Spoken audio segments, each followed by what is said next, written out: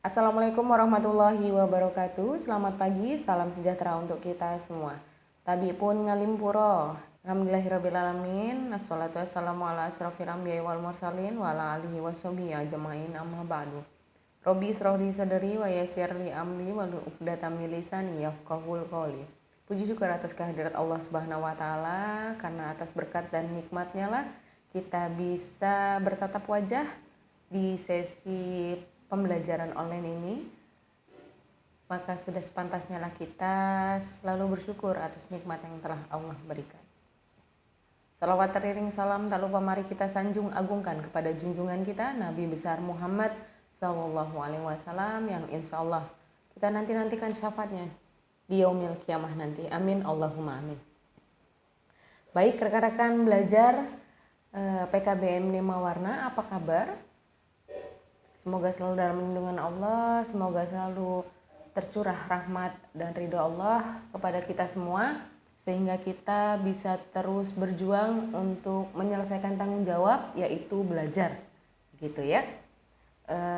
Hari ini saya akan membahas untuk mata pelajaran seni budaya, modul 4, materi tentang kayu dalam tradisional lokal. Sudah tidak asing lagi tentunya ya rekan-rekan sekalian, kayu itu pasti banyak sekali di lingkungan rekan-rekan sekalian. Ada yang untuk kesenian, ada yang untuk kebutuhan rumah tangga, bahkan ada yang menjadi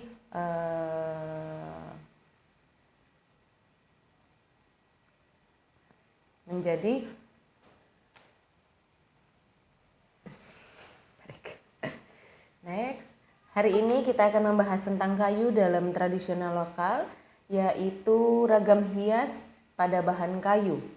Ragam hias pada bahan kayu adalah pola hias yang diterapkan pada media kayu yang dikerjakan dengan teknik tertentu. Jadi ragam hias pada bahan kayu itu adalah pola hiasnya. Pasti rekan-rekan sekalian sudah banyak atau sering melihat pola yang ada di ukiran-ukiran kayu.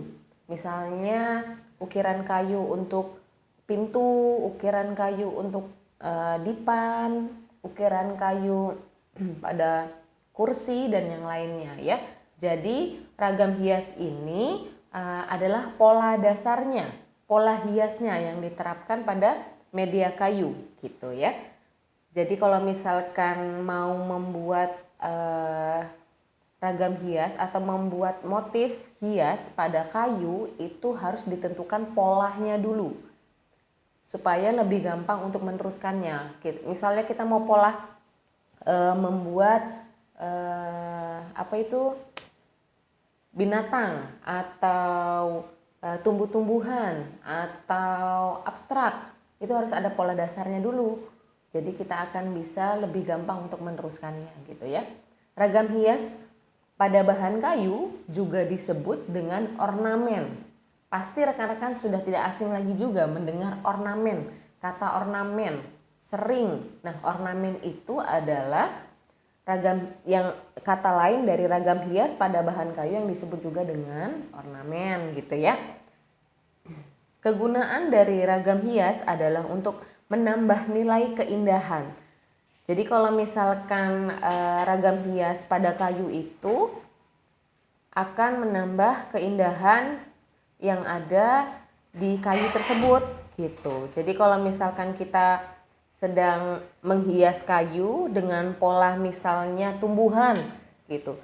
Dari yang kayu yang tidak ada bentuknya, karena dipola jadi terbentuklah keindahan yang ada di kayu itu. Jadi ada nilai seninya dan pasti ada harganya gitu ya.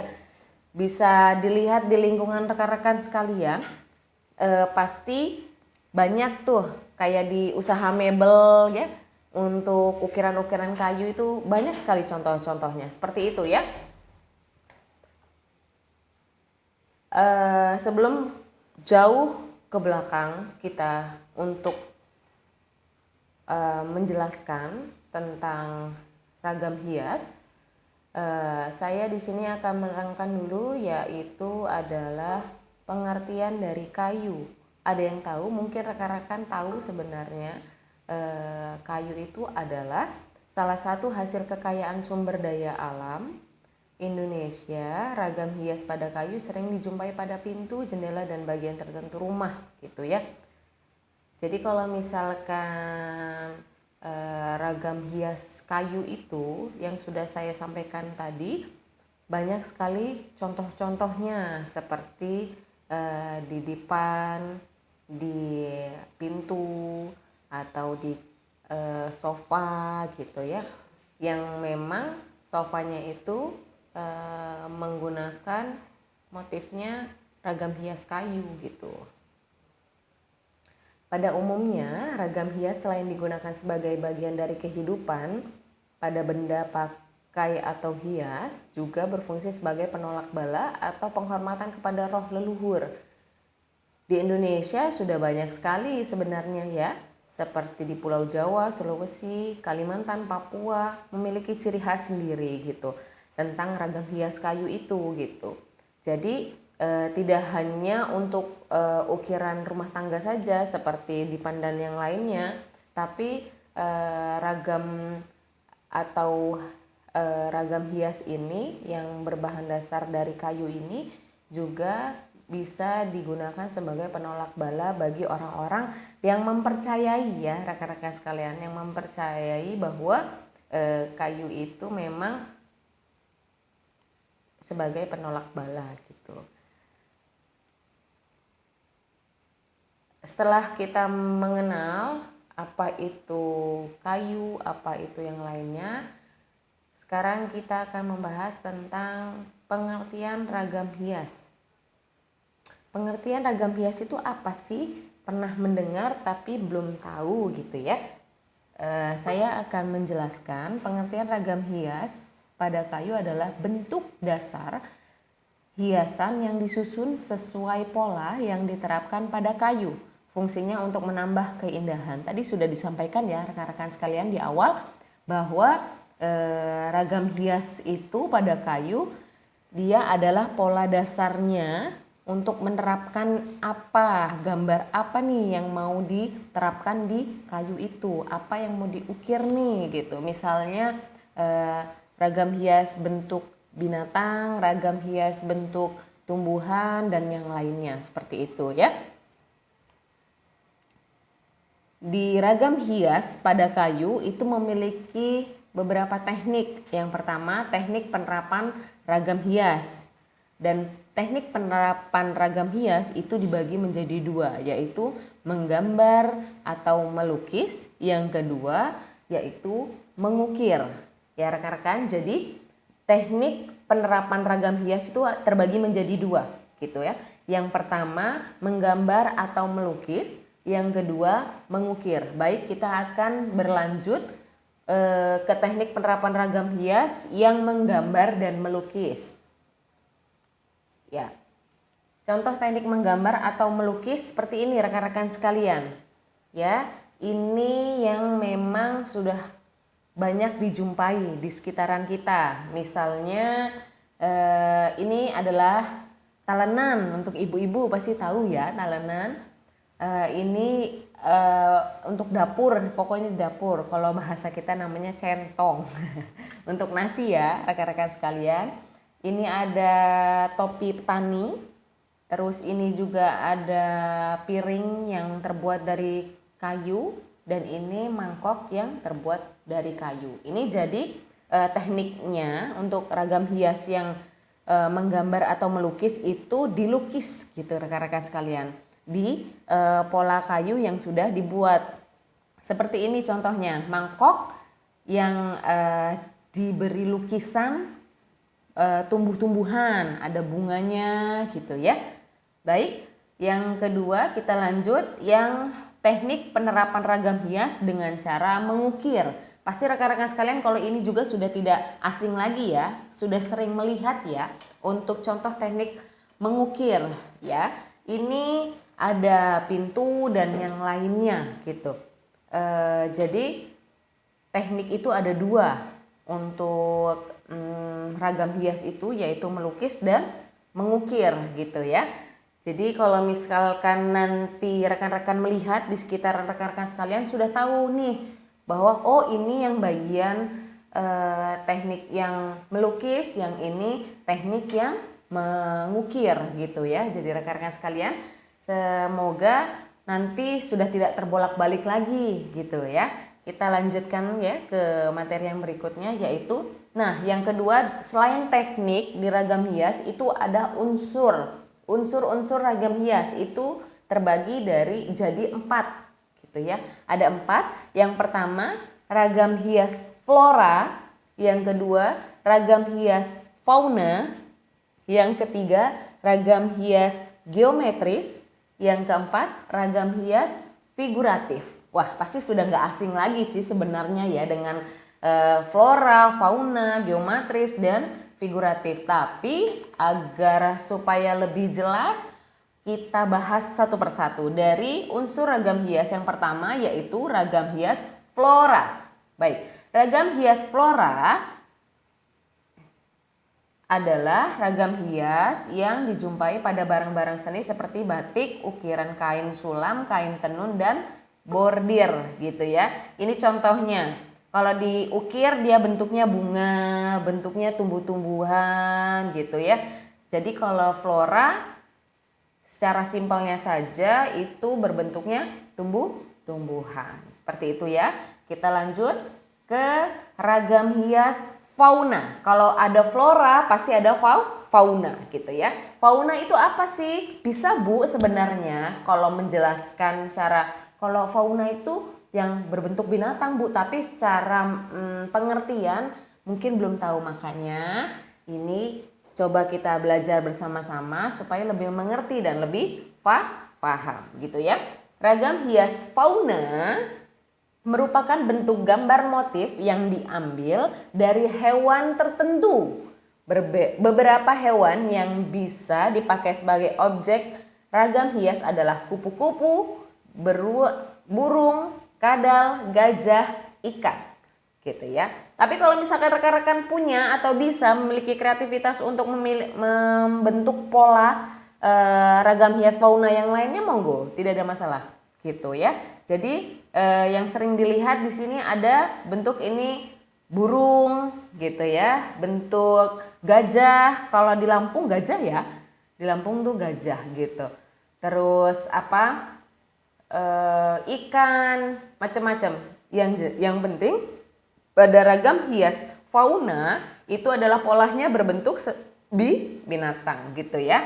Setelah ada flora, yang kedua ada fauna, kita beranjak ke yang ketiga yaitu ragam hias geometris. Apa itu ragam hias geometris?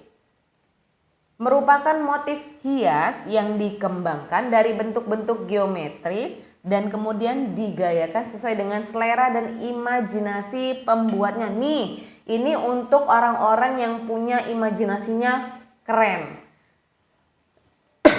Bisa dikembangkan sesuai dengan imajinasinya masing-masing gitu.